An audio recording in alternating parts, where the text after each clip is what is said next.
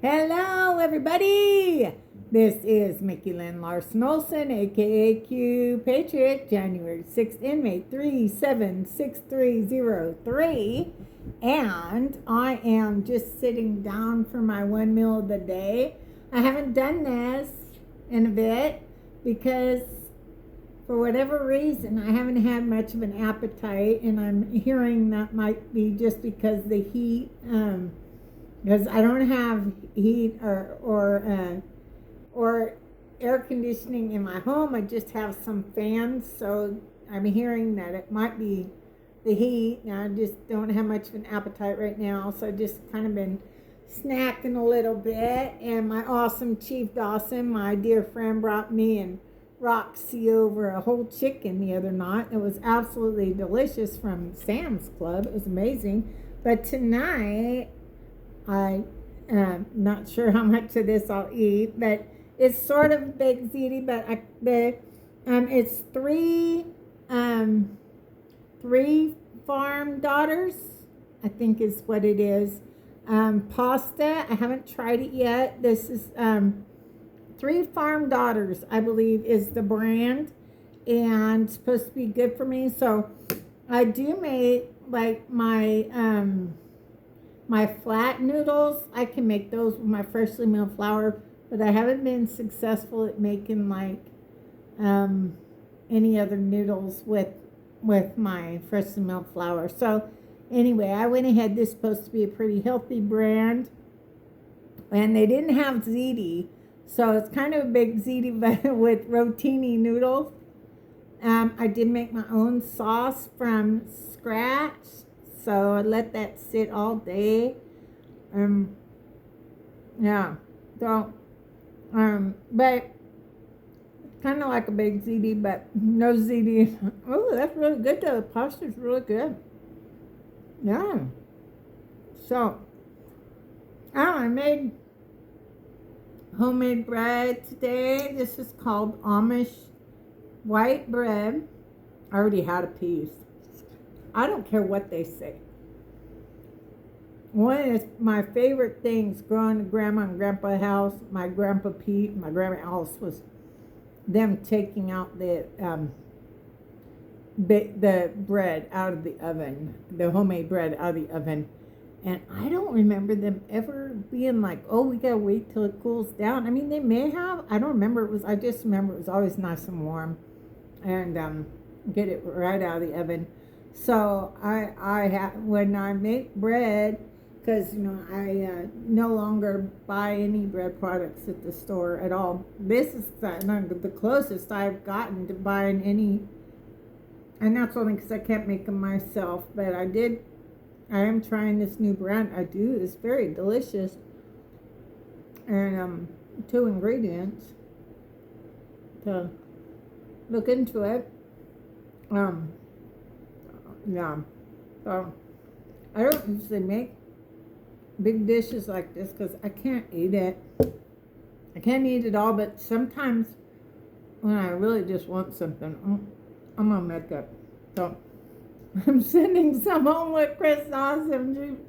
I'm gonna send some home with her and her husband and their family.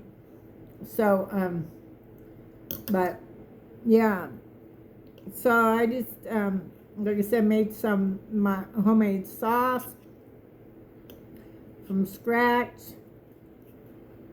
I'll let it sit all day. And then normally I put Parmesan in this dish, but I went to grab my Parmesan and it wasn't no good. And I don't know how. I didn't want to really go get me any more Parmesan, so I'm eating without the Parmesan. But I would make it with the Parmesan. And so my sauce I put was sausage and hamburger. I put all kinds of stuff. Oh, I did do some harvesting on my GARDYN. So I used a lot of my purple basil and regular basil. Some rosemary, some thyme, and some spinach I put in there too. Just because, I got to harvest off my garden. My Gardyn. No, I don't even make this sort of thing anymore.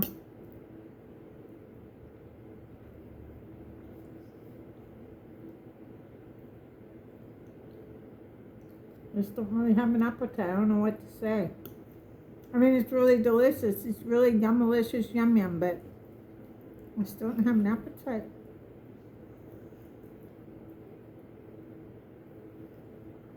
Lots of cheese. I love cheese. Mozzarella cheese. Cottage cheese. Sour cream.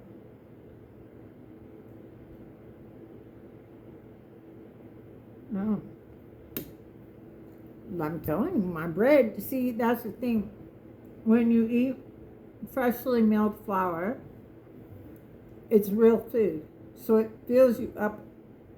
I already have one piece of this bread. So I think I'm going to have to wait a bit to eat. Hopefully I might get a little bit. But I want to make a meal tonight. And so, yeah, Big Ziti's was a dish that my family really enjoyed a lot. And, but I just not really hungry. But I did eat a whole piece of the bread, which was absolutely delicious. It's so yum-delicious, yum-yum. Oh my goodness.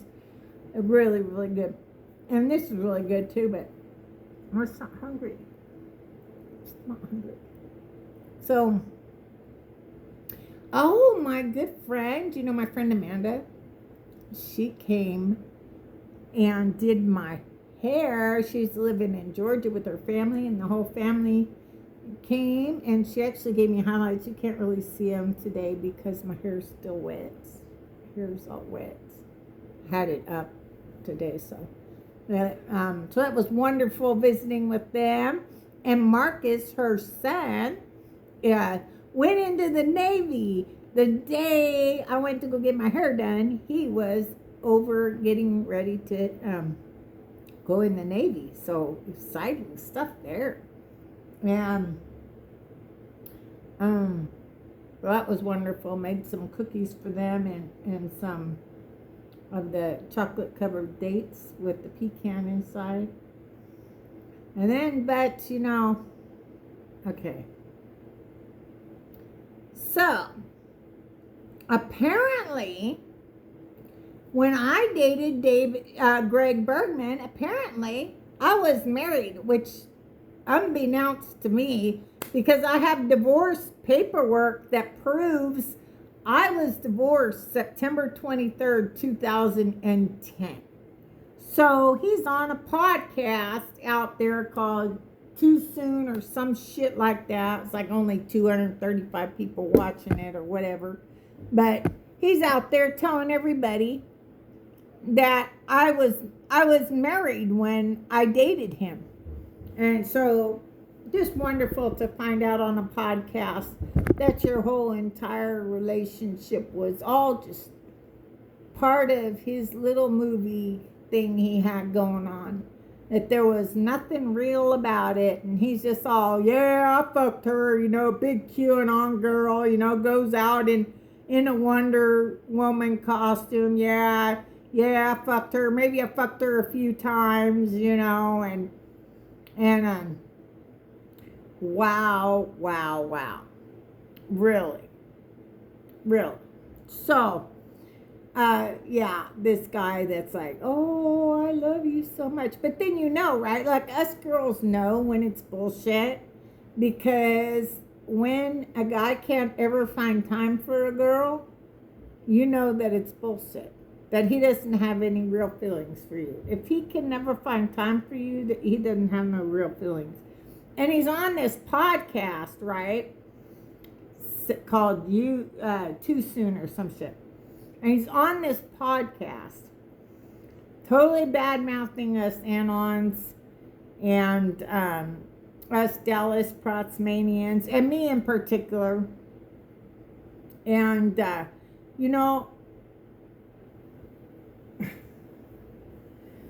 Oh, we'll have the last laugh. We'll have the last laugh. And he's going to look like an idiot. He really is, excuse me, it's going to look like an idiot. And, you know, I'm really glad that I was smart enough to get away from that. Like, really. And I just really wish I would have done it sooner. I wish I would have never went down that road. I wish I would have never mistakenly trusted him. I wish I wouldn't have gotten my friend Jean and her husband Alan and baby involved in that. But I did, because he's a good liar. And some people are just really, really good liars. And Greg Bergmann has got the lying thing down packed. But I can prove I was not married when I was messing around with Greg Bergmann. And I should have known that it was all just part of his little shtick, that he didn't have no real feelings for me, because he never showed me any genuine feelings. So anyway, so that was interesting to see today, that, you know, I apparently wasn't divorced to my husband. I've always told everybody I lived in my strictly platonic situation with my ex-husband. I've never hid that from anybody, including Greg Bergmann and other men that I've dated. I never hid that fact. Not at all. So, just interesting. That's all I gotta say. Just wow. Just wow. And I don't even know how people like that can live with themselves. Because it was all, he said the whole thing was satire. And that we should have known that it was all just him just making a big joke about us anons. And so he just used me, you know, as some big, cute person. And I became a target for him. And Greg Bergmann's not why I chose not to date. I just don't want to date anymore. But it is an example. It is an example of why I'm just like, no. Like, I'm good. I'm like good. Me and my dog Foxy Roxy, we're just like chilling. We're like good. But, you know, I actually just broke my blister open. Every time I cook, I burn myself. So, you know, cast iron, my SMITHEY pans, you stick them in the oven with some, like I put grapeseed oil, and that's how you season them, and then leave it in there for about an hour. Well, I was taking it out yesterday and burnt my finger. Anyway, so now it's like, okay, well, lesson learned. So now I just don't take them out until they're not hot anymore. So anyway, but yeah, yeah.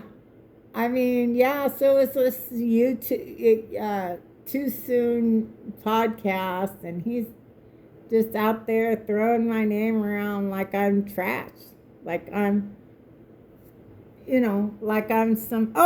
He says, oh, she was too in jail or prison. He said she was so afraid of taking the COVID test, she chose to be in solitary confinement for 3 months. I wasn't afraid to take the COVID test. I just wasn't stupid enough to take it.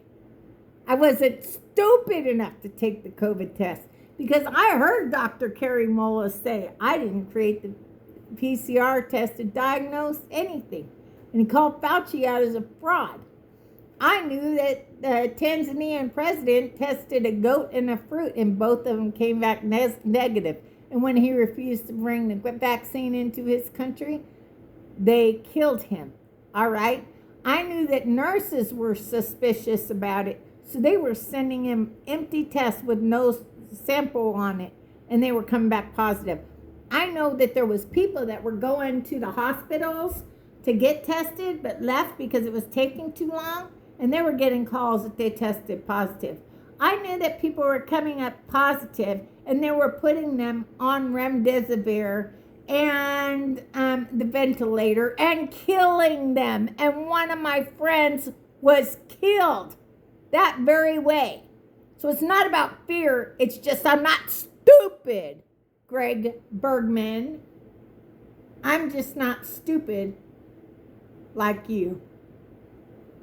But again, this is Mickey Lynn Larson-Olson, a.k.a. Q Patriot, January 6th and May 376303, where we go one, we go all. The best is yet to come. It's yummalicious yum yum time, but I'm actually just not hungry, so I'm going to have to wait.